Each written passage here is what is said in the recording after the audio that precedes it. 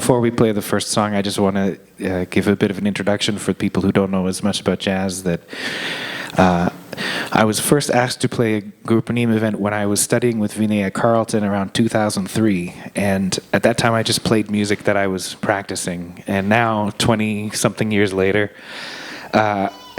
there's music that I associate with my own jazz music that is also related to the Indian music that I studied with Vinay. And this first song is a Wayne Shorter composition called Go. And the improvisation section in the middle, even though the melody is Western harmony with jazz things in it, the middle section, when I first heard this, I thought, oh, this is Yaman Kalyan. This is what I worked on with Vinay, the first raga that we worked on. So just wanted, so for those of you who aren't as familiar, you can listen for that.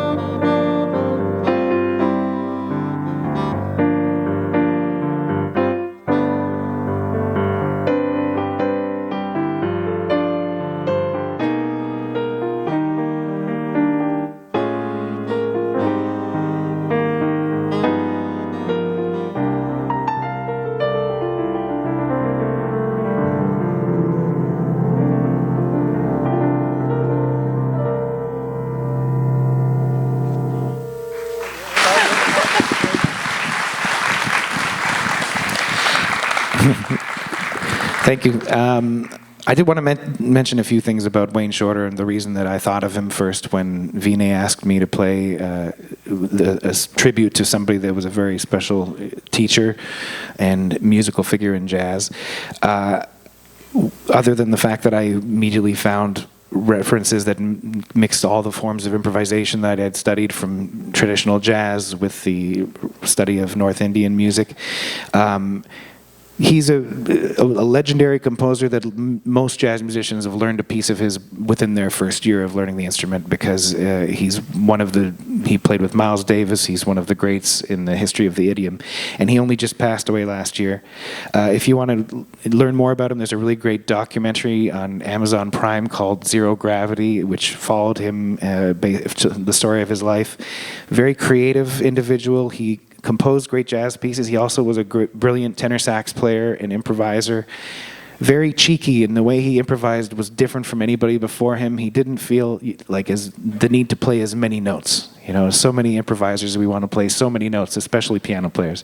Wayne Shorter is very good at playing very few, very poignant notes, and it's a very special thing that, you know, I'm always striving to whittle back and be more like him in that way. Around the time that I was studying with Vinay at Carleton, I heard his record. He had formed a new quartet, and they had a record called Footprints Live, and the piano player on the record, I was like, wow, I've never heard piano playing like that. And I started reaching out to study with his pianist, Danilo Perez, who I became my teacher around 2008, and he's still now, he's in charge of the Global Jazz Institute at Berklee College. But if the picture comes up with Wayne, you'll see him playing piano with him. A really great pianist. But as I studied with him, I realized a lot of my favorite things in his piano playing was from the music of Wayne Shorter, this rich, interesting harmony, and the fact that he was always curious like a child. All of his songs have science fiction names, or they're just something that's like somebody likes to play. That's something that as musicians we all like, is that we love to play music. It's not work, you know. So for our second song of Wayne Shorter's that we're going to play a piece that is a bit more well known than the first one. This is a piece called Deluge, which I guess whenever I would ask Vinay about what raga do you think this is, usually he's like, it's always Bhairavi, because if you're playing all the notes, Bhairavi is the raga that has all the notes. So this may be a little bit more Bhairavi than some of the others. A little bit of Kafi. Those are the two ragas that are kind of at the core of the improvising in this piece. It's Wayne Shorter's Deluge. Thanks so much. Anything I forgot to... Anyway, so thanks for having us to do this. I know it's a bit out of what we usually do. Thank you. And we're going to do, if you've seen Vinay and I, he's always been gracious to invite us to play at the very end. So you'll see us at the end. We'll join for a little bit at the very end of the program. So thank you so much.